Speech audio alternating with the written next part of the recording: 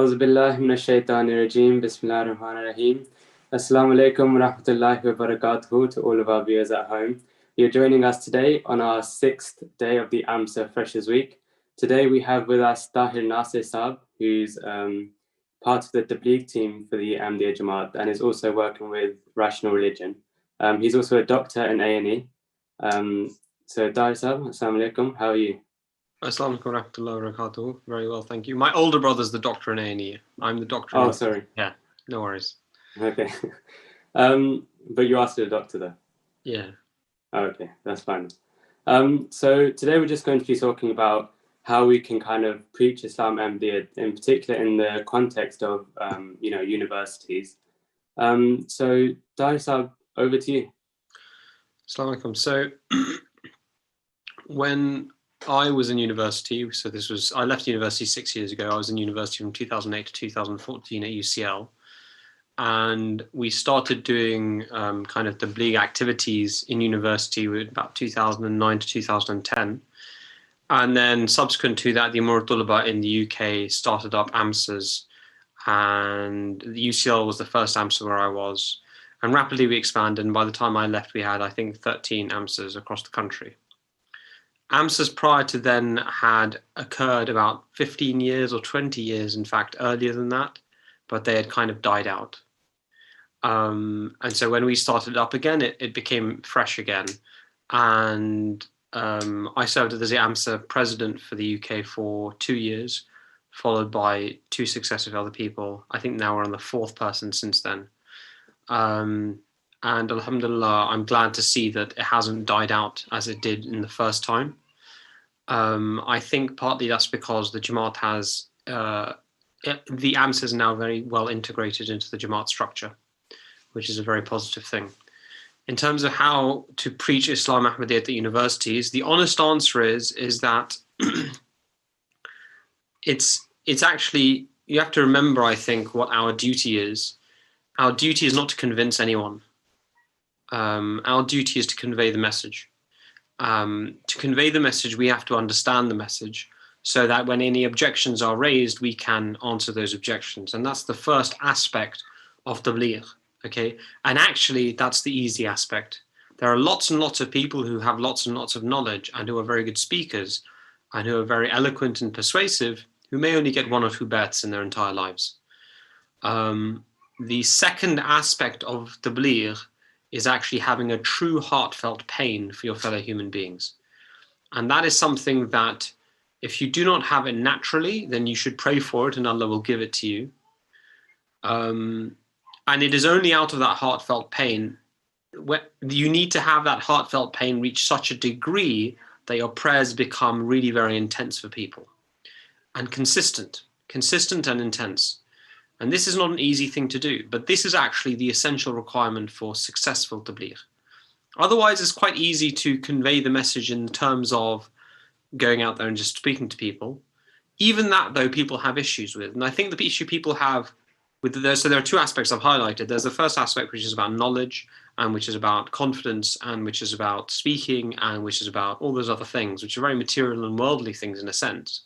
Very apparent matters to when it comes to Tabligh. And then there's the more hidden matter, which is the pain you suffer for another human being, the dua and the prayers that you do for them when nobody else is there. These are things which are hidden and nobody can know about the state of another human being. You have to attain both. The former looks like it's harder, but actually it's easier.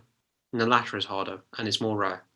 So I personally think that if we want to do Tabligh successfully in universities, you have to fulfill both criteria. In terms of the first thing, how do you fulfill the first thing in terms of becoming knowledgeable, etc.?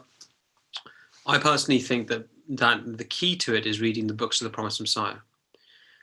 And I note that amongst our youth, the youth of the Jamaat do not read the books of the Promised Messiah as they ought to. And that is simply a fact. There are many youth I've come across who have never read Philosophy of the Teachings of Islam and they are going into university. And that, in my opinion, is a serious problem, not only in terms of them doing Tabligh to others, but in terms of their own understanding of Islam.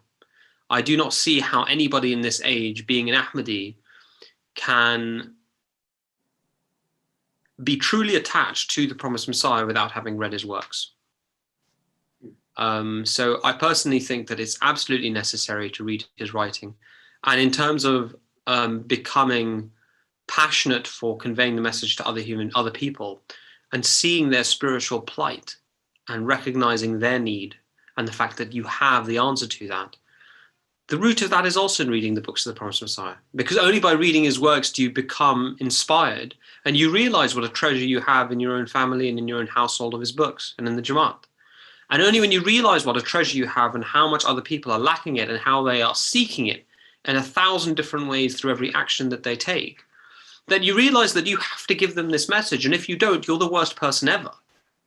And I think it's the necessity of realizing that actually you will be regarded in Allah's eyes as somebody who is truly quite a low individual to have recognized such a gem and to have not offered it to anybody simply because you hide behind excuses like, oh, I'm shy, when in reality, you're simply afraid of what others might think of you. So I personally think that the key to both issues lies in reading the books of the promised Messiah, because it is having read his works that you realize what a gem you have, what a treasure you have. And it's also in his writings that you have pretty much all of the answers to the modern day. People, to give you a small example, people think that the issue of atheism is a new issue. So if you look carefully and you read carefully the works of the promised Messiah, you'll find that in the early part of his ministry as a prophet, he did not focus on Christianity as much as he focused on the Arya Samaj. The Arya Samaj were a very missionary Hindu sect who believed that Parmeshwar, the concept of God, above all gods in Hinduism, was no longer involved in human affairs, and that in fact he didn't even create the universe, he just simply assembled a pre-existing universe. So they hailed from many concepts which are known as Aristotelian, and they kind of reformulated them into a Hindu fashion. And in dealing with the issues that the Arya Samaj brought up, the promised Messiah actually dealt with all the issues relating to atheism. So in the early portion of the promised Messiah's career, he actually dealt with atheism and dealt with all the arguments and offered all the arguments by replying to the Arya Samaj. So that's one example where you think, oh, well, maybe there are new arguments in this age that we as Ahmadis, we don't really have answers for in our literature. It's completely false. The promised Messiah came for this age, and as a result, Allah gave him all of the arguments that would be necessary in this age and all of the answers to all of the questions. So I think I think fundamentally what I wanted to say to the youth of the Jamaat, and I've been thinking a lot about it, that the young youth do, and I myself, none of us read the books of the promised Messiah as we ought to, but we shall strive to do so more. Yeah, absolutely. Jazakallah for that kind of inspirational message at the start. And this has kind of been a recurring theme throughout the AMSA talks that we've had, that the pursuit of knowledge is something that we all need to take part in. We all focus on our university studies quite a bit, but we should also try and make time for our religious studies as well. So Jazakallah for that. So I just want to talk to the viewers at home that please do send your questions in. So this will be a question and answer session. So you can just type in the YouTube chat, and inshallah I'll read those questions out. So just coming off what you just talked about, Tahir Sab, a question I wanted to ask was, where should we start if we're going into university having read the philosophy of the teachers of Islam, for example? Where do you think we should start when reading the books of the promised Messiah, and how can we kind of integrate that into our daily lives? I think you have to recognize its importance. That's the first thing. If you don't know the value of something, then how is it possible that you could ever be moved to acquire it? And so that is the most important thing. And for lots of different people, the recognition of it or the importance of it, they only realize after some form of problem in their life has occurred, and then they turn to it. But a wise person is one who learns from others' mistakes. And I think that if you don't yet recognize or you don't feel inclined to read the books of the Messiah, but you would like to be, I think the first place to begin is prayer. I think in your salat, you should pray, oh Allah, turn my heart towards reading towards the promised Messiah's works. Ya muqallibal qulub, qallibna al-qulub is a dua that the Holy Prophet recited very often. So that's, "O turner of the heart, turn my heart." Okay, so if you do that dua with the thought in mind of the Prophet's works, then I think that's a good place to begin.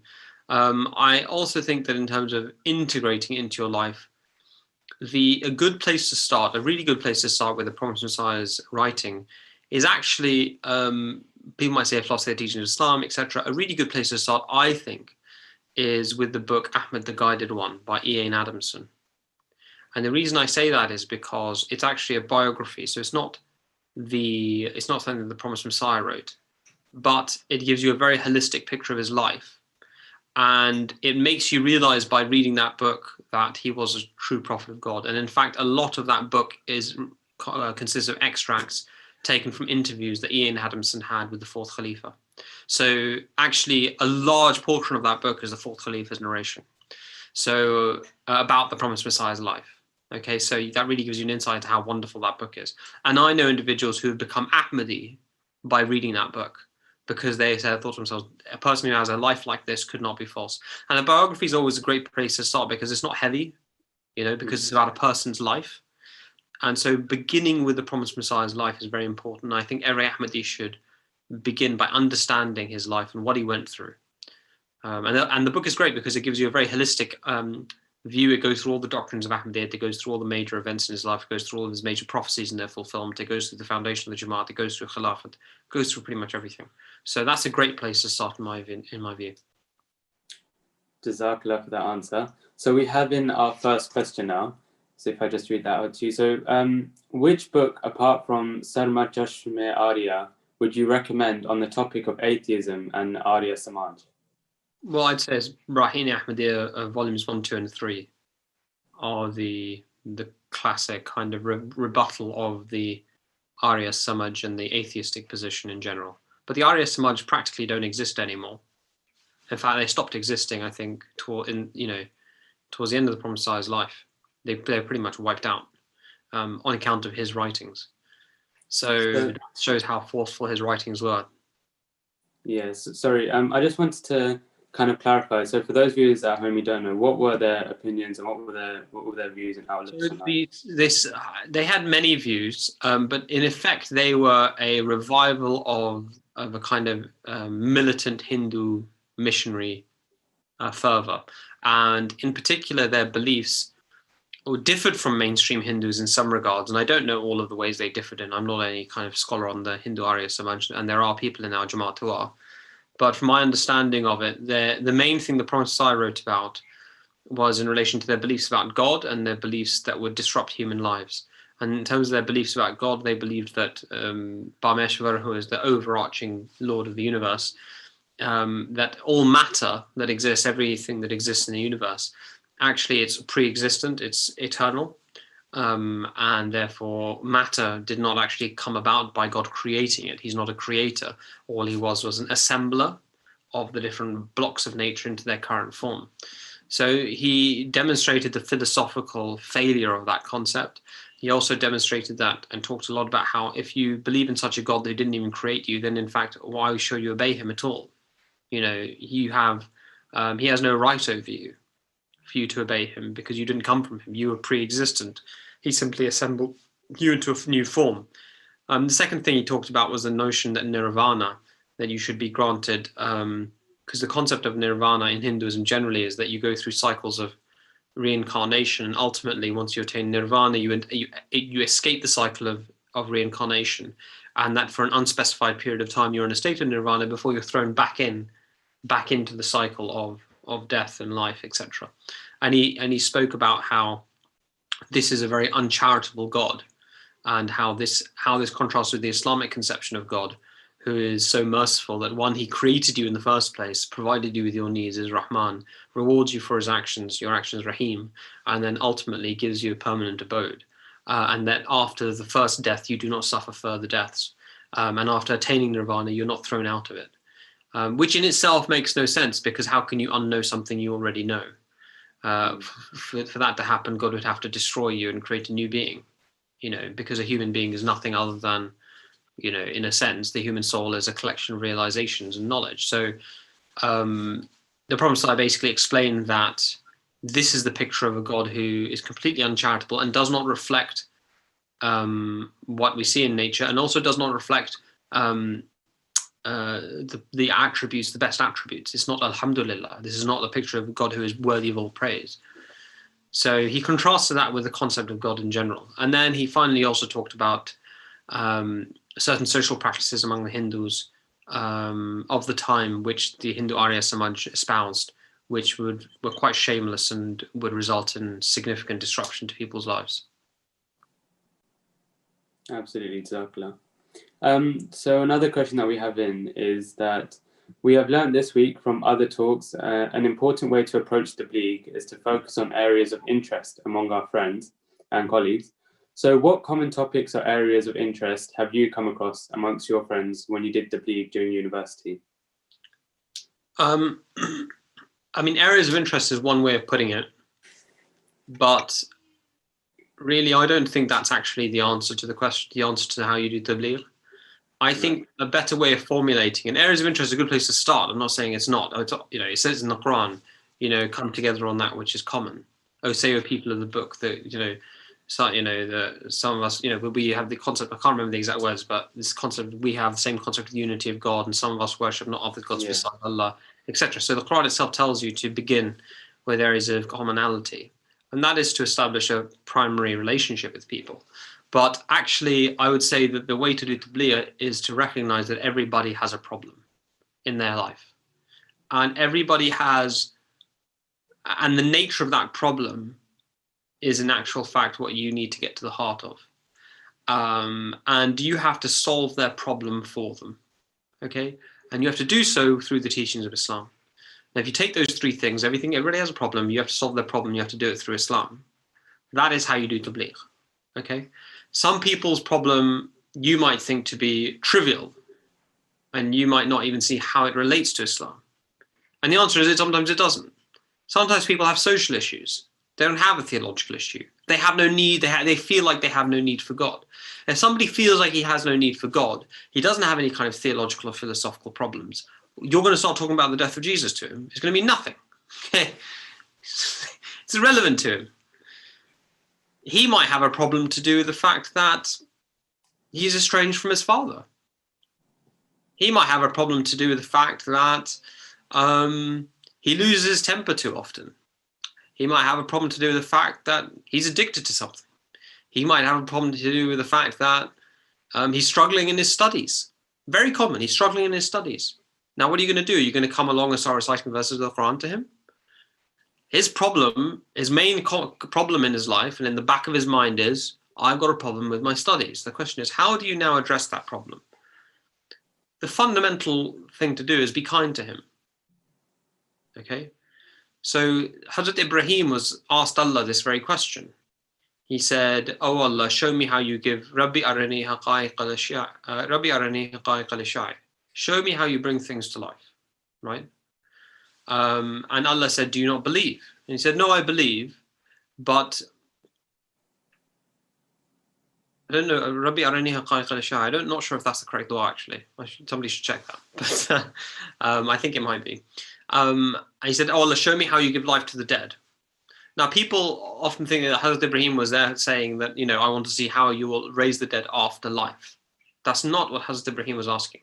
Hazrat Ibrahim was asking, how through me are you going to give spiritual life to the spiritually dead? And the answer Allah gives him is, so first Allah asks, do you not believe?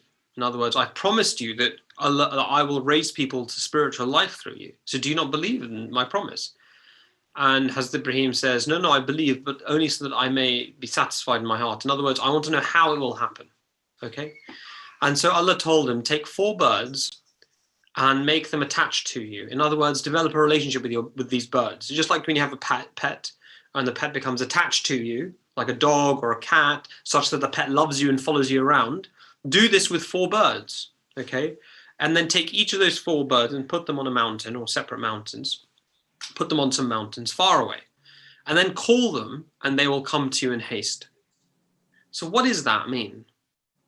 That means that when doing tabligh to people, You have to begin with attaching them to you by exemplifying in yourself such characteristics that will make them attracted to you. Okay? And that is in being a good human being to them. That is in doing good to them and helping them with whatever problem they have in their mind. And demonstrating that out of all of the society, out of all the people in the university, you are the best in morals, you are the most trustworthy, and you are the person they can depend on for any help. And actually, a lot of Ahmadis are like this. And I've met several non-Ahmadi Muslims who are best friends with Ahmadis. In fact, I've met one who's, he's now working in hostel as a consultant. He says, my best friend in university was an Ahmadi. And people told me you have nothing to do with these guys, they're Ahmadis. But he said, you know what? It's just they were the nicest guys. And so they became really attached to them. Now, that person may not have become an Ahmadi yet, but we don't know what will happen in the future. And sorry, one moment. Annie? Sorry, just one moment, please.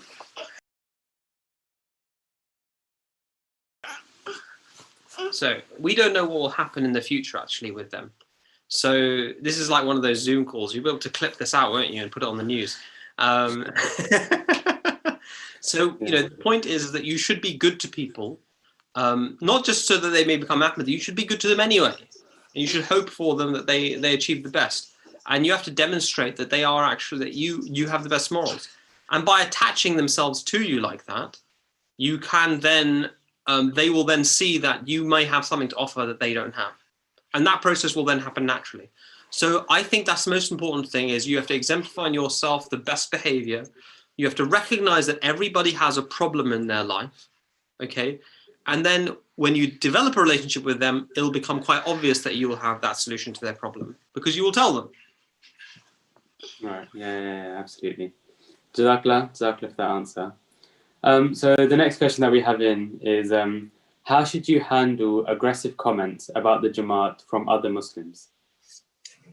Well, there's the way you should deal with it, and there's the way I deal with it, and they're two separate things. So I don't know if I can be a hypocrite and go around telling people how they should deal with things.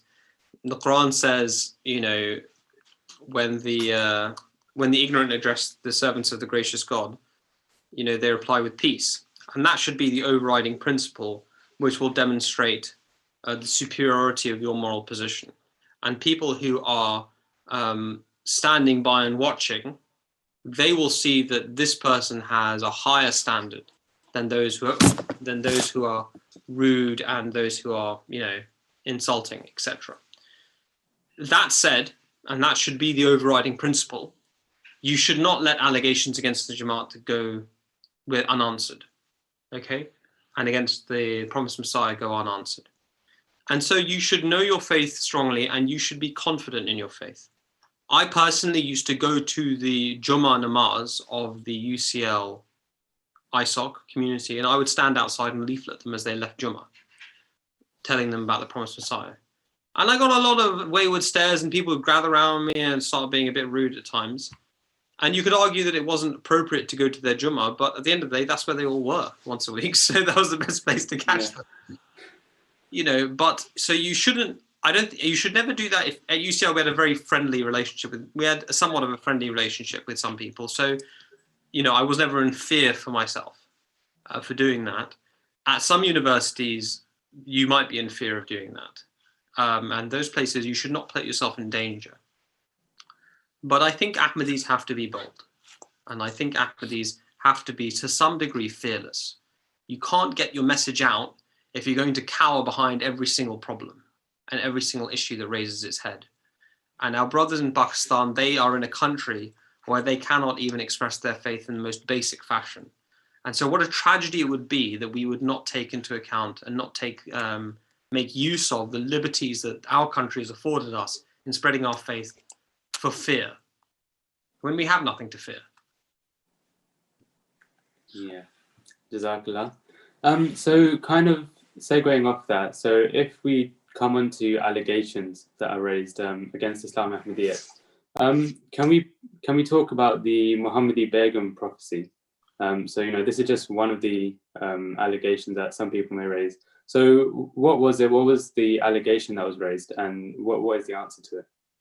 I mean, if everybody goes on YouTube and types in, let me just see what the actual thing is. I did a video on this, and to be perfectly honest, in terms of maximizing the time, I can give you a short answer. 1 second. One answer. So, it's called Ahmadi Response to Disproving Ahmadiyya with One Argument, Muhammad Hijab Refuted. Okay? So if everybody just goes on YouTube and watches that video, then that will in fact answer that question pretty thoroughly. It's, I don't know, 13 minutes long. Alhamdulillah, it's got about 8,000 views now. So this is an allegation that Muhammad Hijab raised. And the allegation was that the Promised Messiah prophesied that he would marry a girl called Muhammadi Begum, and he didn't. So basically the actual, and then he pulls out certain quotes in which the Promised Messiah seems to clearly state, I will most certainly marry this woman, etc. And that didn't happen. He didn't marry her. So the question they raise is, well, this is a false prophecy, therefore he's a false prophet. And they combine that with another prophecy, a statement of his in which he stated that, it is enough to prove my falsehood by one prophecy that I have given, which is not proven true. The reality of the situation was actually this, that Muhammadi Begum was a young girl in a family which was daily and routinely abusing the Holy Prophet ﷺ and was promoting lies and slanders about him, publishing books or tracts against the religion of Islam and things.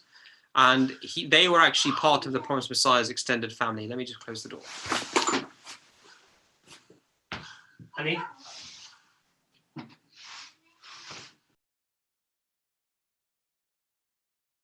Part of the Promised Messiah's extended family.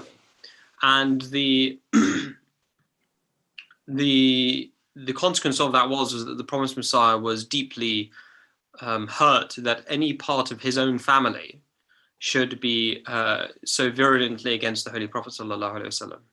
And so he prayed very ardently, he said, that they should reform, or that God should show a sign in respect of them. Now, consequent to that, Allah Ta'ala told him that unless they repented, calamity would be visited upon their house. And specifically, calamity would be visited upon their house unless they married their daughter, Muhammadi Begum, to the Promised Messiah. Now, the question you might ask is, what on earth has his marriage to her got to do with their reformation? Now, it is the practice of, in general, the effect of marrying two families together is that one family should influence the other family, right? And marriage has often been used as a tool and as a method throughout history to convey ideas, to convey influence, and to bring families together towards a common goal.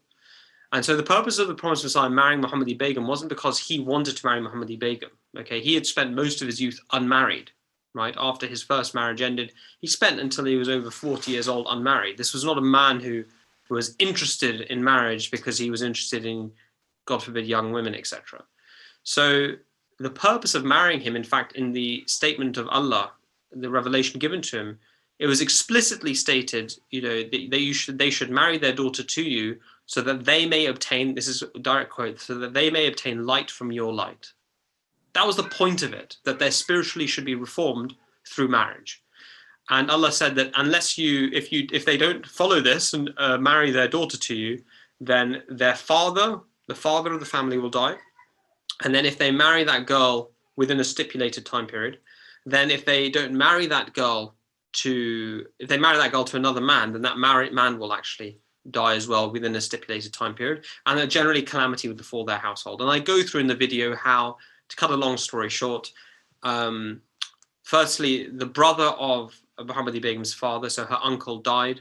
Then her cousin died in a short space of time. Then her father died, as this prophecy stipulated. So 3 individuals of the household had died in a relatively short period of time. And then they started becoming very contrite, very upset. And Muhammadi Begum, before his death, he married her off to another man, Mirza Sultan Ahmed. So he then died. His own brother and his niece had died. The family became very contrite, very upset, and they started writing letters to the Promised Messiah, repenting of their past behavior. And as a result of their past behavior, their repentance, the Promised Messiah later wrote and stated that Allah had Allah forgave them. And the proof of the pudding is the fact that then the non-Ahmadi Muslims, they raised the issue of why didn't Mirza Sultan Ahmad, the husband of Muhammadi Begum, who she had been married to, why didn't he die? Because that was part of the prophecy. And the answer is because they reformed, because they repented. The entire point of the marriage was to bring about their reformation.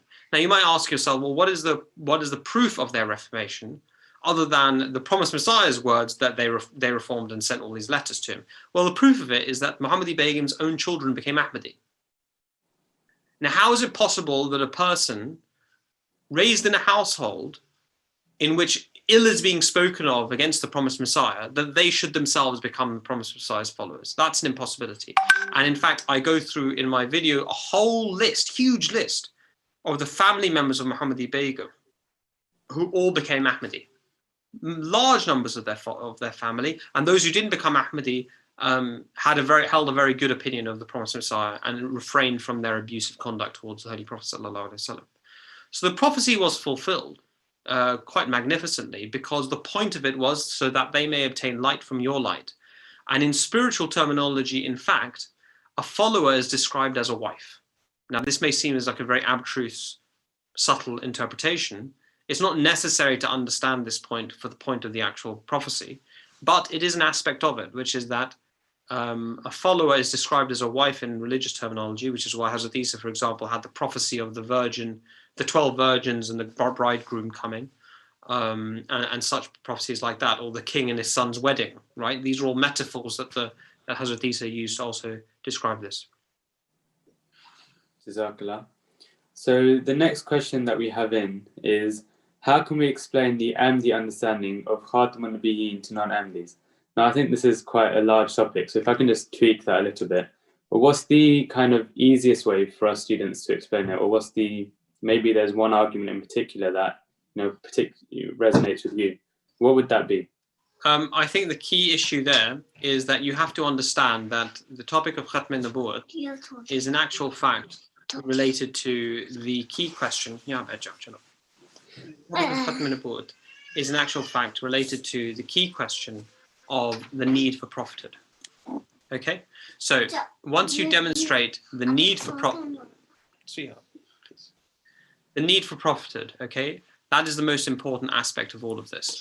So if you demonstrate successfully to non-Ahmadi Muslims that the need for prophethood continues, okay, then in actual fact you have demonstrated, you have won the argument. And the non-Ahmadi Muslims also believe in the need for prophethood very clearly, because they believe Hazrat Isa will return. Okay? And so when you point this out to them, then they'll say, yes, but we don't need a new prophet. And it doesn't matter whether they need an old prophet or a new prophet, etc. The question is, do you believe that the Holy Prophet ﷺ, the need for prophethood continues after the Holy Prophet ﷺ? And the answer they have to give is yes. Okay, the answer they have to give is yes, because they believe in the return of a prophet of God. So why would God lift a person up to heaven and give him life for more than 2,000 years if it was a completely unneeded act? Right? Doesn't make any sense. So that in actual fact is the key point. Once you demonstrate that the need for prophethood continues, then the only question is it going to be an old prophet or a new prophet? And once you demonstrate Hazrat Isa is dead, which is a very easy thing to do from the Quran, then you have to conclude that a new prophet will come. That's one aspect of it. That's one easy way to answer it.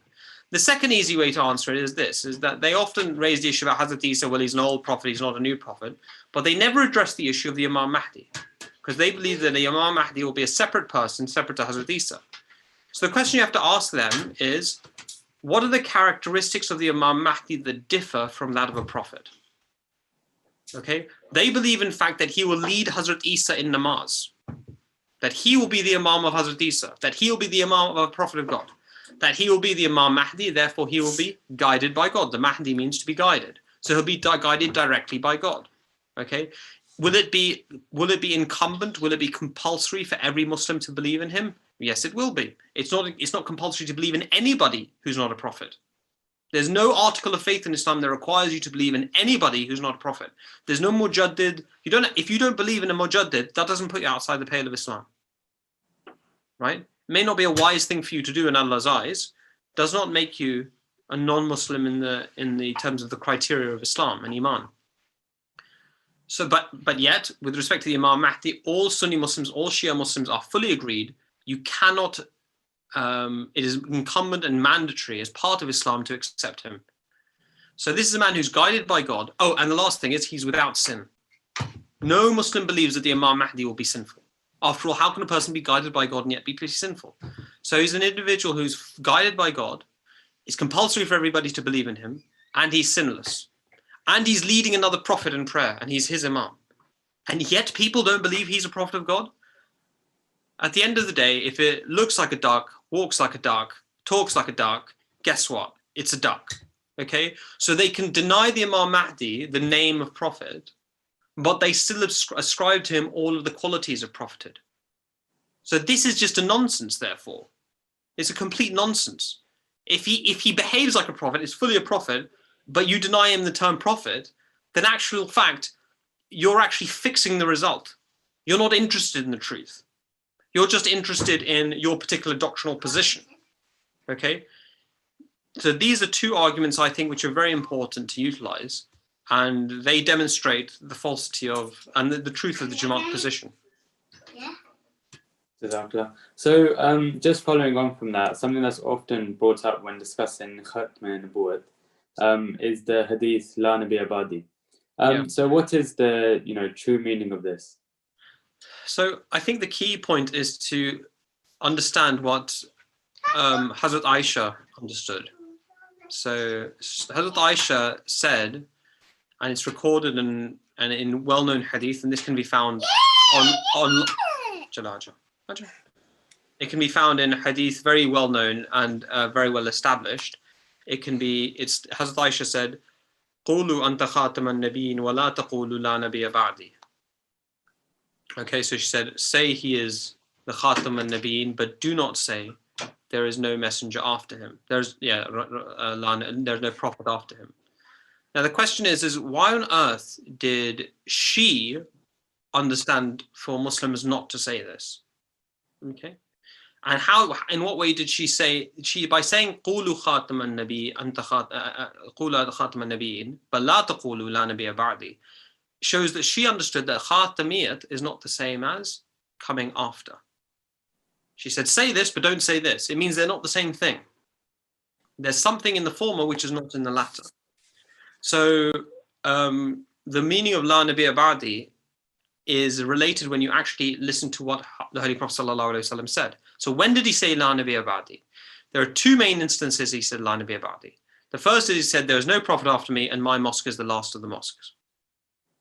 Okay, that's the first example. So if you believe that there is no prophet after me means there is no prophet after me, finished, never a prophet again, then you should also believe that there's no mosque after the mosque of Medina. And that all the mosques that have been built after the mosque of Medina are not actually real mosques. And you shouldn't regard building a mosque as a good act. You should regard it as a sinful act. Because if you don't accept a prophet, you shouldn't accept a new mosque. Okay? So the concept of there is no prophet after me, when understood in light of the full statement he made, actually means there is no prophet after me who is outside the scope of my mission. Just as when we build a masjid, we do not build a masjid outside the scope of the mission of the Holy Prophet ﷺ. The purpose of the mosque we build is, in our minds, to further his mission. And that is why it becomes a praiseworthy act. Okay? And for this purpose, a mosque that was built at the time of the Holy Prophet ﷺ by the hypocrites, okay, that was commanded by Allah to be demolished. Okay, because that mosque became a center for opposing Islam. The second time the Holy Prophet ﷺ mentioned the term La Nabiyya Ba'di was in a different sense. Okay, was in the same sense, because Ba'di does not simply mean after in time, it can also mean in opposition to or instead of. So he said he was going on a campaign, I think it was to the campaign of the Battle of Tabuk, and he said to Hazrat Ali, I want you to stay in Medina, okay, and be my emir, to be my representative in Medina, okay. And Hazrat Ali wasn't too pleased about this because he wanted to go and participate in the battle. I think it was a Battle of Tabuk, that will need to be checked. And the Holy Prophet ﷺ consoled him by saying, do you not like that you are in a position to me as Hazrat Harun was in opposition to Hazrat Musa when Hazrat Musa went up the mountain. Hazrat Harun then took care of the people while Hazrat Musa went up the mountain to receive the 10 Commandments and the law of Musa. So he says, is it not pleasing to you that you should be in relation to me as Hazrat Harun was to Hazrat Musa, except la nabiyya ba'di, except that there is no prophet after me. Now, the term in this sense cannot mean after me in time, because the Holy Prophet ﷺ wasn't dying. He was going to the Battle of Tabuk. He was standing in his place. Okay? He was standing in his place. In the case of Hazrat Harun, he was a prophet of God standing in the place of another prophet. Okay? And Hazrat Harun was appointed as a prophet directly by Allah, not through love and obedience to Hazrat Musa. Okay? He was an independent prophet from Hazrat Musa. The Quran itself says that, so we appointed for him his brother.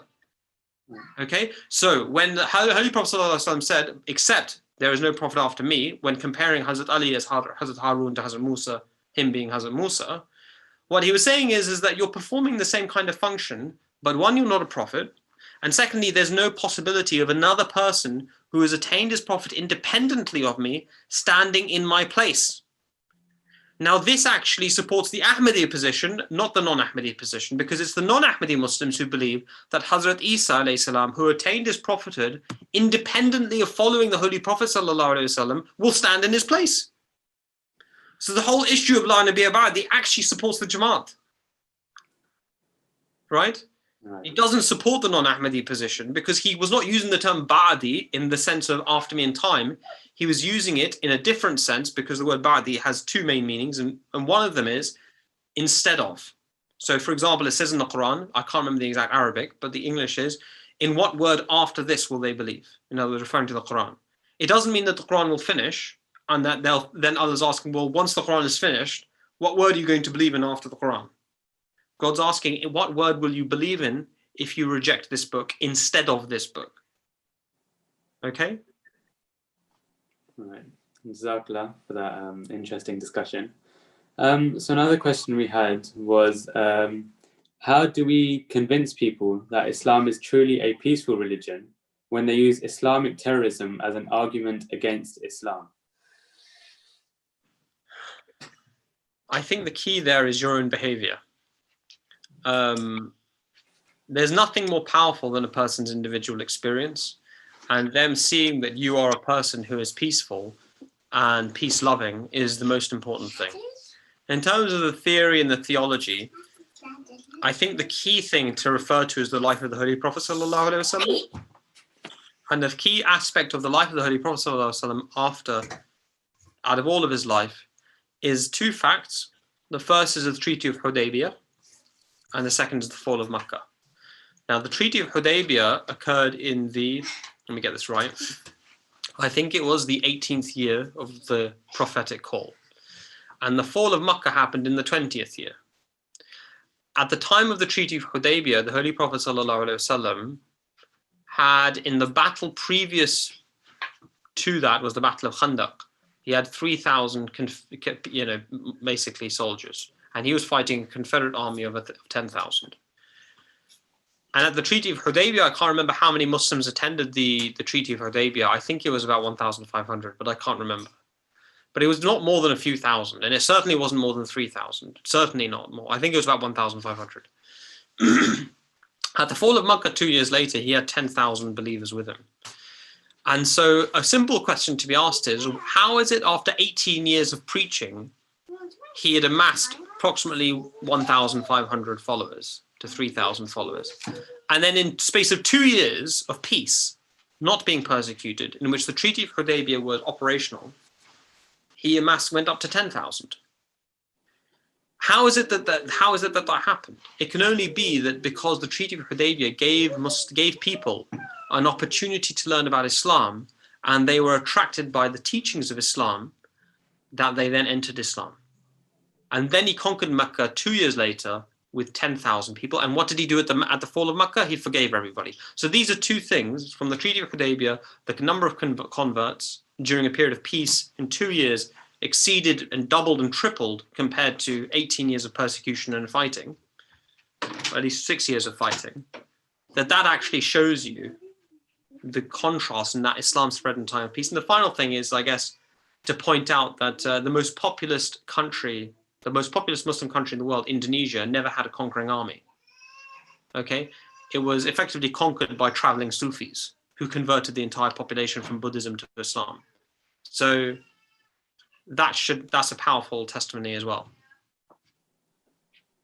Absolutely. So another question we had is that nowadays polygamy is seen as something of the past in a time where women were seen as inferior to men. So many would consider that this has no place in modern day society and that it's an outdated practice. So what would be your response to this?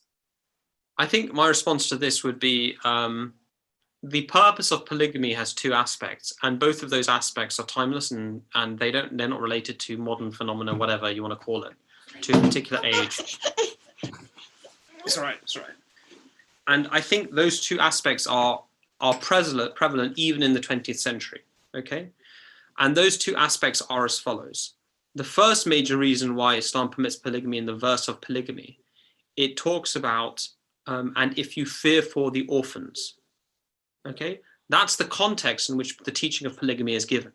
It says, if you fear for the orphans, marry such as you may like, 2, 3, or 4.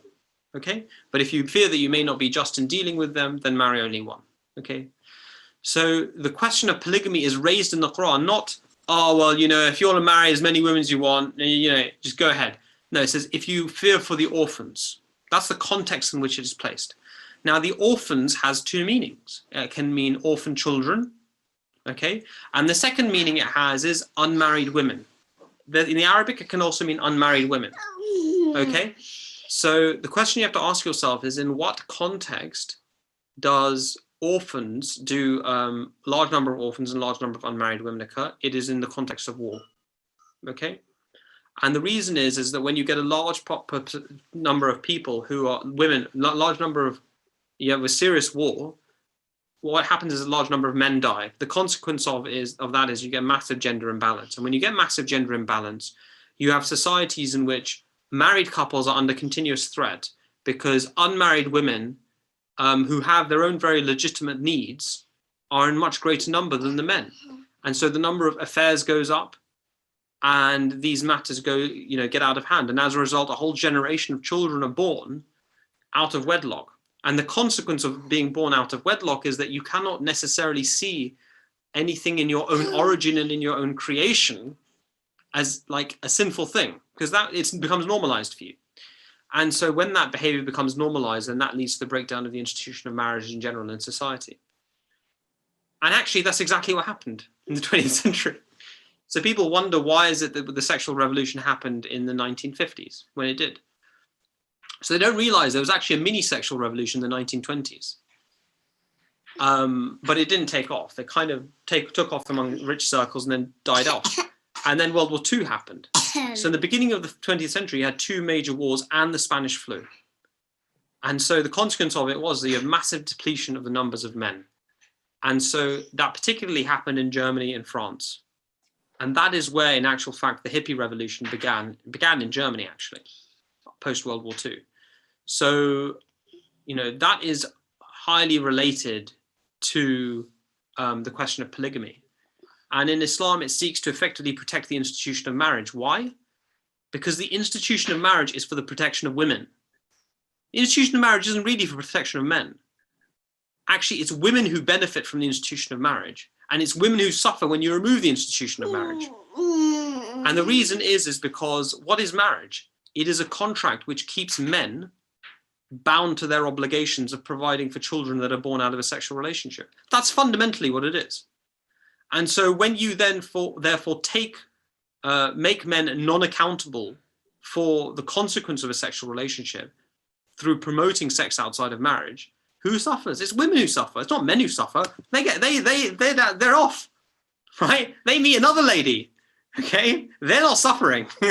It's the women who are stuck with the consequences of it and who have to raise children and who have a lot of their dreams and hopes dashed, and who have to suffer a lot and go through a lot of hardship, hold down 2 jobs while raising children and the rest of it. So people think of the institution of marriage as some great tyrannical institution against women. On the contrary, it's instituted for the taming of male desire and for the bringing and harnessing of male desire for productive purposes. So polygamy is there in Islam, and it is never going to go away as a teaching, because human beings are always going to potentially be at war. And as long as human beings are potentially going to be at war, the teaching of polygamy will be a necessary social measure to ensure that when you have a large number of women and a small number of men, that those women also have the right and the opportunity to have families. That is the point of the institution. It is not there to act as a mechanism for self-gratification of men. If it was, then the commandment would not go along with it that you must treat your wives in equal fashion. Jazakallah. So another question we have is, an important part of defending your faith is to be a student of the study of the Holy Quran. For many students, we may be at the beginning of our journey of the study of the Holy Quran, or perhaps we are yet to start this process. So what advice would you give to students in their personal study of the Holy Quran? I think the most important thing is to take out a pen and pencil. Okay? I think you should be annotating your Quran. You should be underlining it. There are two things I would emphasize with respect to the Quran. The first is you must read the commentary.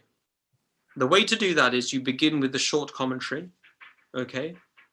And once you've completed the short commentary, then go on to the 5-volume commentary in English, if you don't read Urdu, okay? 5-volume commentary was written under the direct supervision of the second Khalifa and comprises a lot of information from his notes. So that's the first thing. Read the short commentary, read the 5-volume commentary. The third thing I would say, so once you've done those two things, is a very important aspect of the Quran is that the Quran is a commentary on itself. And if you look at so in our Qurans, right, you'll have the Arabic, you'll have the English, or if you're looking at here, be the Arabic, the English, and then you'll have 2 lines, and then you'll have the short commentary or the long commentary, whatever it is, okay? And in between those 2 lines, you will see that it says A, and it'll have a number of Quranic references.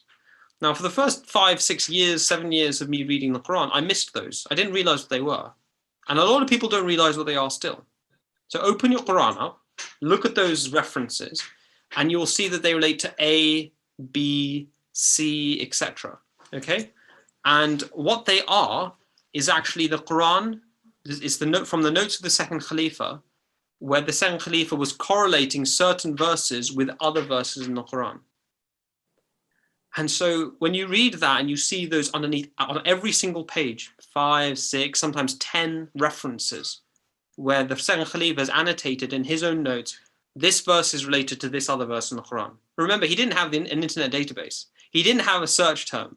It was just by having read the Quran so much, he created a self-categorizing book that where he had linked every verse of the Quran to something else, to another verse, which was a commentary on it. Now, when you pause to think about that, it just makes you realize what a phenomenal mind he was. And actually what a God-gifted individual he was. That in his mind, having read the Quran so much, that he was able to cross-reference every verse to other verses. Now that is such a phenomenal, one is a phenomenal thing, but also it's a massive tool for you to use in understanding the Quran. Because you can then look at that verse, okay? You can then look at that verse and you can look at the other verses cross-referenced to, and you can now study them together and understand that they are a pair. God has created them as a pair. And then you'll understand the Quran in light of other verses, and that's the real way of understanding the Quran. You can understand the Quran in light of, you can't understand the Quran in a sense in light of hadith. You understand hadith in light of the Quran, right? The thing that really is a commentary on the Quran is the Quran itself as the primary commentary. And obviously the hadith do give elaboration or expansion to the words of the Quran. Jazakallah. So I am a bit wary of time, so I think we'll just have one last question before we wrap up, inshallah. So just to clarify, hadith are a commentary on the Quran. For example, you have Tafsir Sahih Bukhari, etc. What I meant to say was the thing that illuminates the hadith is actually the Quran. The hadith also illuminate the Quran to some extent, but they are secondary in that sense to the Quran illuminating itself or demonstrating its own truth. Right. Yeah, exactly. So yeah, the last question that we have today would be that how did you find the time to study both study and work and serve the Jamaat? Well, I didn't work. Firstly, I didn't have a job while I was at university. So that obviously, if people are working, it's understandable. It's much harder. And I wouldn't say I served the Jamaat. The Jamaat served me. And I know what you mean by that. You mean you did Jamaat work. Well, I didn't see it as work as much as a compulsion. And I think you have to understand that you have to feel compelled to do this work, in the sense of not somebody else compelling you. You have to feel internally a sense of compunction, a sense that you don't have a choice in this matter whether to do it or not. You must. It's no question. And like I said before, that comes out of recognizing the beauty of the gem that's been given to you, and the recognition that if you do not offer this to other people, then you are surely a pretty low person. You either therefore don't recognize it. If you don't feel the drive to share with other people, what that means is you haven't actually recognized its beauty. That's what that actually means. Because I don't believe anybody, no matter what type of character they are, when they see the beauty of Islam and of Ahmadiyyat, or Ahmadiyyat, the true Islam, they cannot help but share it with others. It's an irresistible thing. So you make the time is the answer. There's not a question of I diarize like this or I diarize like that and I wake up at this time, blah, blah, blah. No, you make the time. The people who are the busiest actually have the most time. The people who are the least busy have no time. And that's why they're not busy. Yeah. I think. Absolutely. Jazakallah for answering all those questions today. I know you're very busy as a person, so Jazakallah for taking time out. I'm not that busy, actually. Fine. Okay. It was very interesting. I mean, I'm very busy.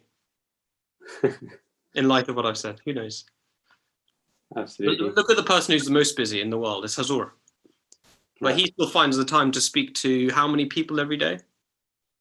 You know, if anybody had a legitimate reason to not speak to people, right, and to get on with the concept of work, right, it would be him. But he still finds the time to speak to people and to read your letters and reply to them. So we should take example and follow that example. Absolutely. So Jazakallah to the viewers at home as well for listening in. Tahir Sab, do you have any final remarks? No, I've really enjoyed myself. Thank you for arranging it, and thank you for having me, and thank you for the excellent questions. No worries. Jazakallah. Assalamu alaikum, everyone.